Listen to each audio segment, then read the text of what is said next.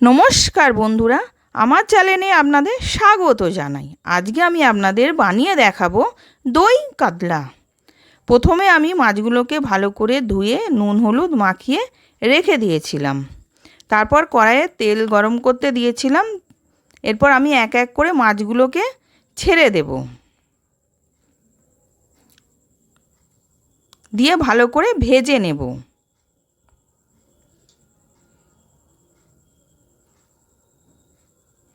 এবার মাছগুলোকে উল্টে পাল্টে ভেজে নেব।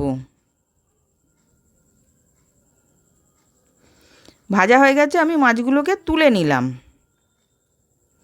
ওই তেলের মধ্যেই ছোটো এলাচ ফোড়ন দিলাম, আর পেঁয়াজটাকে আমি কুড়ে রেখেছিলাম, পেঁয়াজটা এবার দিয়ে দেব।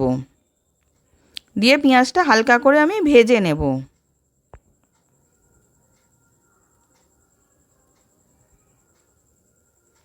এবার হালকা করে ভাজা হয়ে গেছে, আমি আদা রসুন পেস্ট দিলাম, টমেটো পেস্ট দিলাম। তারপরে ভালো করে কষিয়ে নেব যাতে কাঁচা গন্ধটা চলে যায়।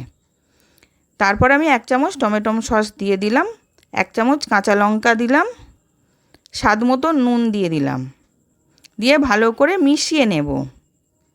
কাশ্মীরি লঙ্কা গুঁড়ো দিলাম, স্বাদ মতন চিনি দিলাম, দিয়ে ভালো করে কষিয়ে নিচ্ছি।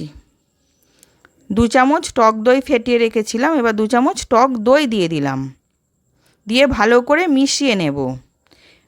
এবার তেলটা ছেড়ে গেছে, আমি গরম জল দিয়ে দিলাম। দেওয়ার পর এবার ফুটতে থাকবে, তারপর আমি মাছগুলোকে দিয়ে দেব। এবার ফুটে গেছে, আমি মাছগুলোকে দিয়ে দিলাম।